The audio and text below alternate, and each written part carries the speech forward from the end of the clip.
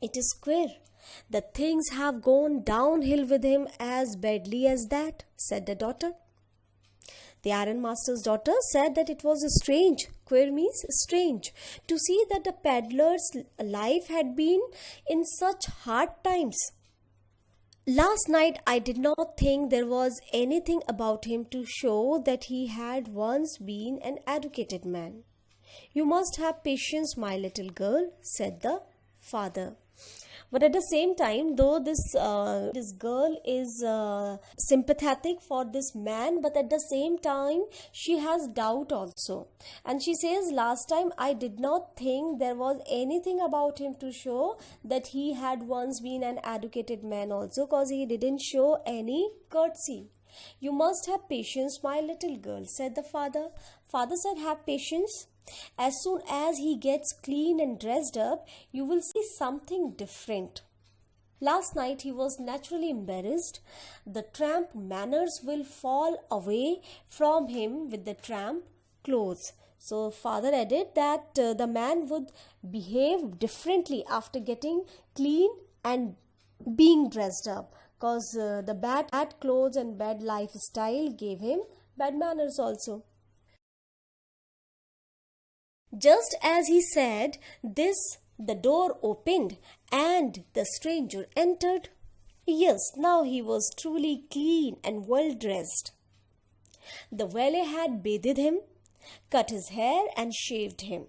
The attendant, this man was looking clean now. He was given a bath and good haircut by the attendant. Moreover, he was dressed in a good-looking suit of clothes which belonged to the ironmaster.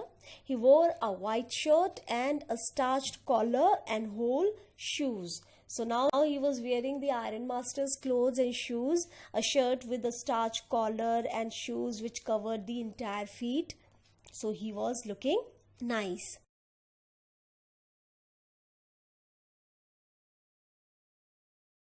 But although his guest was now so well groomed, the ironmaster did not seem pleased. He looked at him with puckered brow, and it was easy to understand that when he had seen the strange fellow in the uncertain reflection from the furnace, he might have made a mistake. But that now when he stood there in broad daylight, it was impossible to mistake him for an old acquaintance. "What does this mean?" he thundered.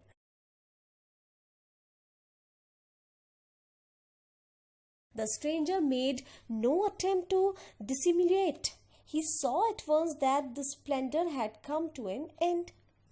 So when the ironmaster, he saw his guest well groomed, and as now he could make out his appearance well and realize that he made mistake.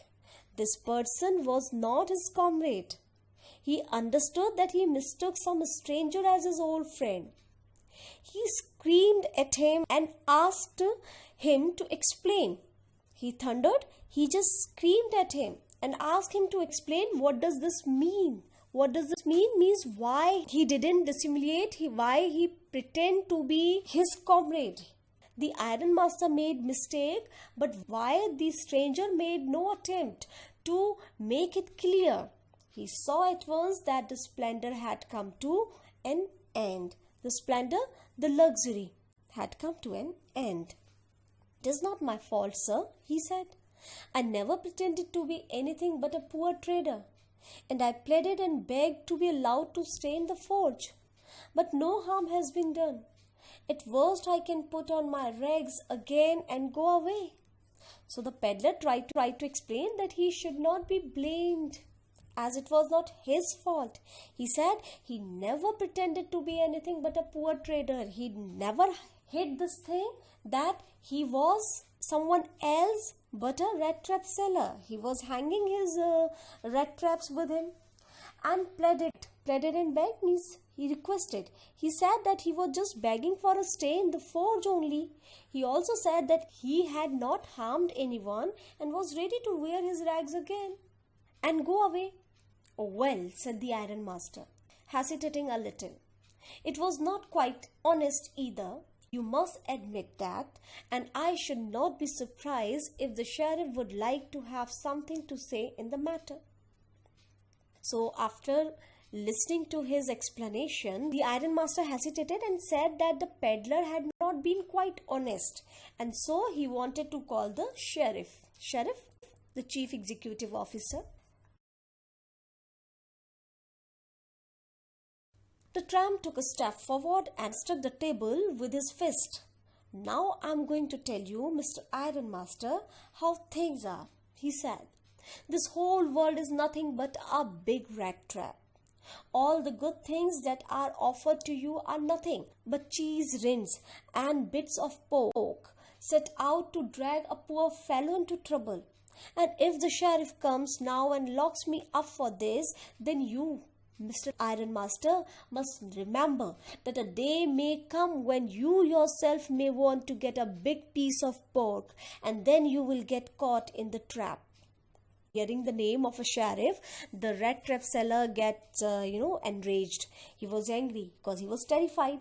So he struck the table very hard with his fist, and he said that this world, the philosophy which he had been thinking for long, now he explained the same philosophy before this ironmaster. He said that this world is a rat trap, and all good things are a bait, just like the rinds of cheese and the small pieces of pork are a bait for the rat which are offered to trap it. Not only this, he also pointed out to the ironmaster that he may today be imprisoned by the sheriff, but one day the ironmaster will also get trapped like this. So he wanted to say that he was entrapped as so many good things were offered before him. That is the reason that he was not very honest with him.